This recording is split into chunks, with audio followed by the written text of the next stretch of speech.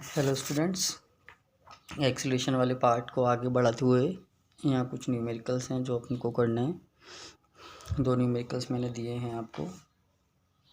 A car speed increases from 40 kilometre per hour to 60 kilometre per hour in 5 seconds. एक car है जिसकी speed 40 kilometre per our थी और 5 second के अंदर उसकी स्पीड कितनी इंक्रीज़ हो गई, 60 kilometre per our 60 kilometre per our उसकी स्पीड हो गई इन 5 seconds. Calculate the acceleration of car. यहाँ पर एक्सेलरेशन आपको कैलकुलेट करना है। तो इनिशियल वेलोसिटी मैंने आपको यहाँ दी हुई है 40 kilometre per our, final velocity है 60 किलोमीटर पर आवर और टाइम है 5 सेकेंड। यहाँ पर मैंने इनको मीटर पर सेकेंड में कन्वर्ट किया है, initial velocity and final velocity को। तो मीटर पर सेकेंड में कन्वर्ट करने पर इनिशियल वेलोसिटी 11.11 मीटर पर सेकेंड है और फाइनल वेलोसिटी 16.66 मीटर पर सेकेंड है। एक्सेलरेशन यहाँ आपको कैलकुलेट करना है, तो इसके लिए फॉर्मूला हमारे पास है A=v-u/t। इनकी आप वैल्यूज़ यहाँ पर पुट करेंगे 16.66 माइनस 11.11 तो आपको आंसर मिल जाएगा एक्सेलरेशन 1.11 मीटर पर सेकेंड स्क्वायर। तो आपका जो कार है वो एक्सेलरेट हुई है इस रेट से 1.11 मीटर पर सेकेंड स्क्वायर के अकॉर्डिंग। यानी एक मीन्स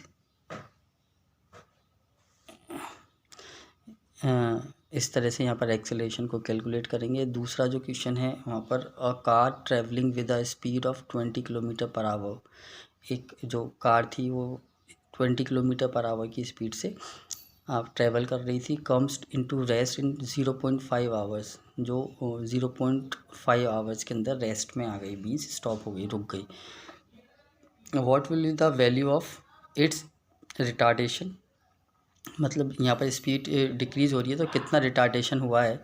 तो v यहाँ पर जब इस फाइनल वेलोसिटी जो है, यानी कि अब गाड़ी रुकी हमारी, तब स्पीड कितनी थी 0 किलोमीटर पर आवर और इनिशियल कितने स्पीड से वो चल रही थी, स्पीड से 20 किलोमीटर पर आवर की स्पीड से, और टाइम यहाँ पर है 0.5 आवर।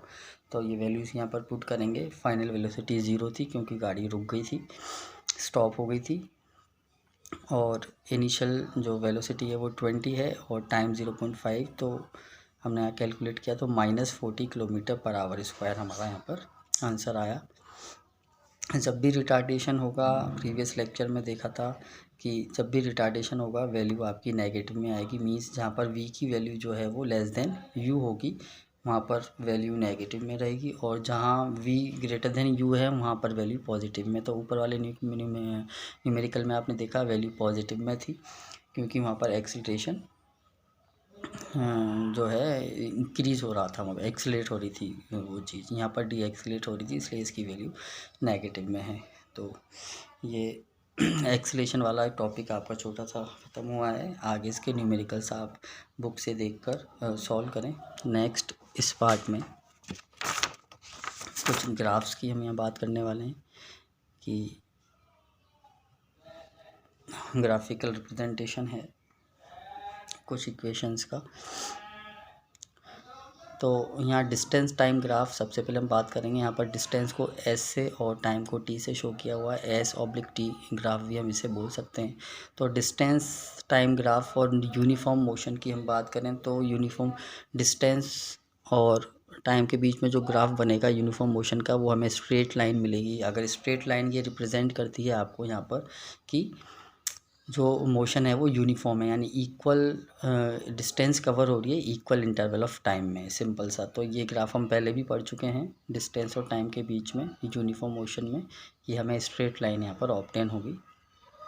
उसी तरह अगर दूसरा जो ग्राफ देखें हम कि distance time graph for non uniform motion, तो यहाँ पर आपको एक तरफ जो curve of slope of curve दिख रहा है वो इंक्रीज़ होता हुआ यहाँ पर इंडिकेट कर रहा है ना, यानी चीज़ एक्सीलरेट हो रही है, और यहाँ पर आपको ये डिक्रीज़ हो रही है यहाँ पर। तो दो ग्राफ यहाँ नॉन यूनिफॉर्म मोशन में हमको टाइम और डिस्टेंस के बीच में मिल रहे हैं यहाँ पर। तो ये नॉन यूनिफॉर्म मोशन में इस तरह से एक्सीलरेट हो रहा है यहाँ पर, इस वाले ग्राफ में है ना, इंक्रीज़ हो रही है। यहाँ पर नॉन यूनिफॉर्म मोशन में डी एक्सीलरेट हो रही है चीज़। ये ग्राफ क्या शो करता है कि ये स्लोप ऑफ कर्व कि कंटिन्यूस डिक्रीज़ हो रहा है, आपका डी एक्सीलरेट हो रही है चीज़, यहाँ पर कंटिन्यूस इंक्रीज़ हो रही है यानी एक्सीलरेट हो रही है आपकी चीज़। तो इस तरह से ये डिस्टेंस टाइम ग्राफ है नॉन यूनिफॉर्म मोशन के लिए। अपन कुछ एग्जांपल से बाद में इनको समझेंगे भी सही।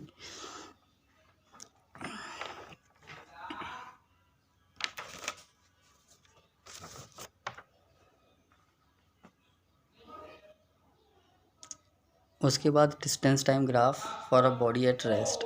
जब आपकी बॉडी रेस्ट में रहेगी तो ग्राफ कैसे बनेगा, यहाँ पर ये डिस्टेंस और टाइम ये कांस्टेंट रहेगी, ये लाइन ये देखो बिल्कुल पैरेलल टू टाइम एक्सिस आ रही है जहाँ पर। तो ये t1 के यहाँ पर ये जो डिस्टेंस है ये कांस्टेंट है, टाइम इंक्रीज़ हो रहा है आपका। तो डिस्टेंस तो ज़ीरो है, कोई चेंज नहीं आया S1 से S2 के बीच में, तो ज़ीरो है। और टाइम जो है आपका वो डिवाइड करेंगे ज़ीरो से, तो ये टोटल जो वेलोसिटी है वो यहाँ पर स्पीड जो है वो ज़ीरो आने वाली है आपके। तो कोई फ़र्क नहीं पड़ेगा अगर रेस्ट में, तो आपको इस तरह से पैरेलल टू टाइम एक्सिस एक लाज मिलेगी कांस्टेंट। एक बार आप ग्राफ देख लीजिए, आगे बढ़ते हैं इसमें।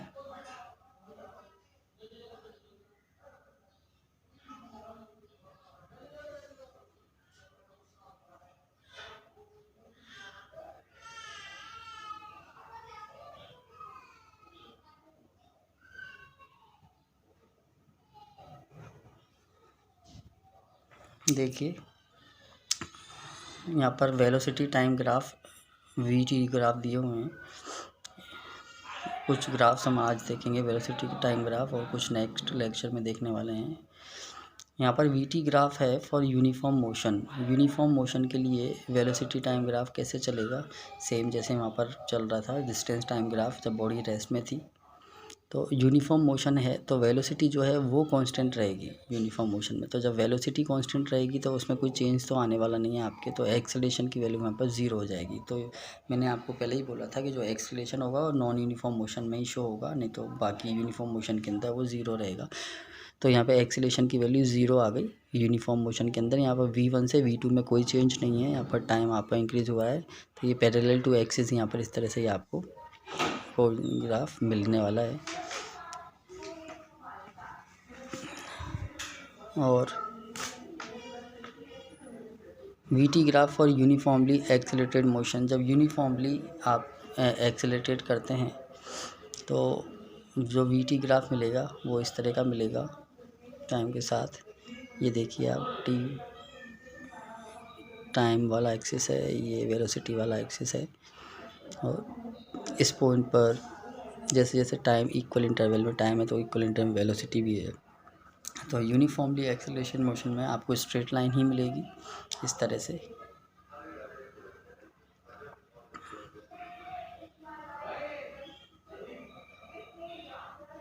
थर्ड जो है graph velocity time graph for non uniform accelerated motion. तो ये देखिए अब नॉन यूनिफॉर्म एक्सेलरेटेड मोशन ये ऐसे चलेगा, चेंज होता रहेगा इसमें। तो यहाँ पर जैसे मैंने बात की है A2 not equal to the A1, ये देखिए नॉन यूनिफॉर्म स्ट्रेट लाइन नहीं रहेगी, यहाँ पर जिगजैग वाली लाइन रहेगी आपको। तो ये नॉन यूनिफॉर्म एक्सेलरेटेड मोशन रहेगा किन किन के बीच में, टाइम एंड वेलोसिटी के बीच में।